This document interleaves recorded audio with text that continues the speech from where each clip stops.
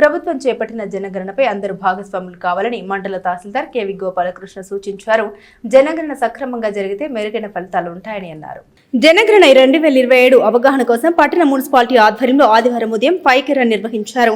Municipal కార్యాలయం నుండి ప్రారంభమైన ఫైర్ రన్ ను మండల తహసీల్దార్ కేవి గోపాలకృష్ణ, అసిస్టెంట్ కమిషనర్ జాస్తి రామారావులు జెండా ఊపి ప్రారంభించారు. ఎన్సీసీ విద్యార్థులు, పాఠశాల విద్యార్థులు, మున్సిపల్ అధికారులు, సిబ్బంది పాల్గొన్న రన్ కొత్త వంతెన మీదుగా బోస్ రోడ్, గాంధీ చౌక్ మీదుగా మున్సిపల్ కార్యాలయం వరకు కొనసాగింది. లెక్కిద్దాం, ప్రగతి నిర్మిద్దాం, మీ వివరాలే రేపటి ప్రణాళిక, తప్పనిసరిగా లెక్కల్లో ఉందాం, సగర్వంగా ముందుకు సాగుదామంటూ విద్యార్థులు నినాదాలు చేశారు. జనగణనలో అందరూ పాలు పంచుకోవాలని తహసీల్దార్ కేవి గోపాలకృష్ణ సూచించారు. జనగణన చేసి సిబ్బందికి సరైన వివరాలు అందించి సిబ్బందికి సహకరించాలని అసిస్టెంట్ కమిషనర్ జాస్తి రామారావు కోరారు.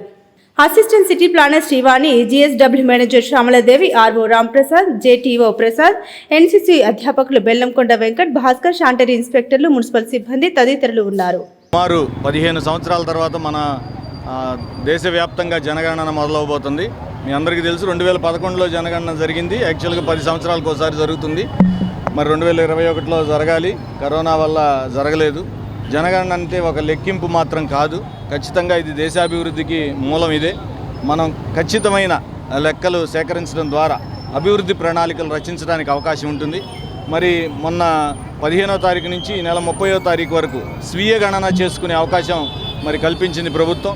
పెద్దగా పార్టిసిపేషన్ జరగలేదనిపించింది. అందులో భాగంగానే ఈరోజు జిల్లా అడ్మినిస్ట్రేషన్, జిల్లా కలెక్టర్ గారి ఆలోచనల మేరకు ఈరోజు ఒక ర్యాలీ కండక్ట్ చేశాం. మరి మన తెనాలి ప్రాంతంలో మున్సిపల్ కమిషనర్ గారు, అసిస్టెంట్ మున్సిపల్ కమిషనర్ గారు, మన మున్సిపల్ సిబ్బంది, అట్లాగే కాలేజీ పిల్లలతో, జేఎంజే కాలేజ్, వివిధ కాలేజీ పిల్లలందరితో కూడా కలిసి ఈరోజు మరి ర్యాలీలాగా కండక్ట్ చేశాం. దీని ఉద్దేశం ఏంటంటే మనం ప్రజలకి అవగాహన కల్పించి వారిని ఇందులో భాగస్వామ్యం చేయడం.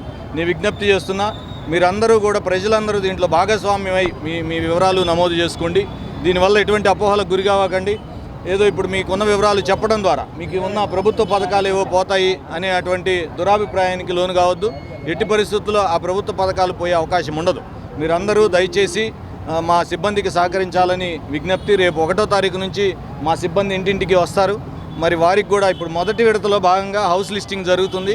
తర్వాత మరి వ్యక్తుల గణన జరుగుతుంది. ఇప్పుడు 33 కాలమ్స్తో చిన్న వీలుగా అవకాశం ఉన్నంత సింపుల్గా ఉంది యాప్. మేము చూసాము. se.ap.gov.inలో నమోదు చేసుకునే అవకాశం ఉంది. మీరందరూ స్వీయ గణనలో ఇప్పుడు 2026లో డిజిటలైజేషన్ జరుగుతుంది. జనాభా లెక్కలు మరి ఇంతవరకు ఎప్పుడు కూడా మన కాగితాల మీద ఉండేది, అలాంటిది డిజిటలైజేషన్ ద్వారా జరుగుతూ ఉంది. అది 3 టైప్స్ ఆఫ్ జరుగుతుంది. స్వీయ గణన జరుగుతూ ఉంది. ప్రజెంట్ స్వీయ గణన జరుగుతూ ఉంది. ప్రజలందరూ కూడా మరి స్వీయ గణన చేసుకోవాల్సిందిగా విజ్ఞప్తి చేస్తున్నాము. అదేవిధంగా రేపు మే 1 నుంచి హౌస్ లిస్టింగ్ జరుగుతూ ఉంటుంది. అదేవిధంగా 3వది మన జనవరి కానీ ఫిబ్రవరిలో 27లో కానీ మనకి